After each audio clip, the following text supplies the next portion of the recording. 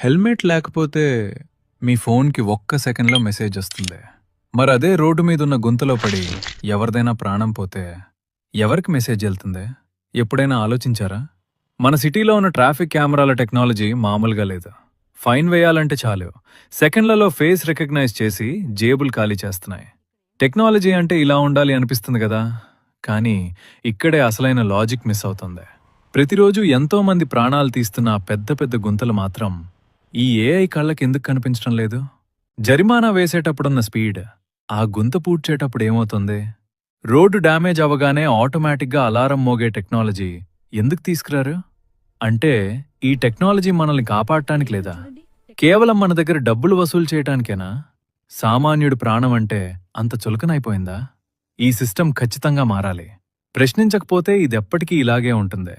ఈ ప్రశ్నకు సమాధానం దొరికే వరకు దీన్ని ప్రతి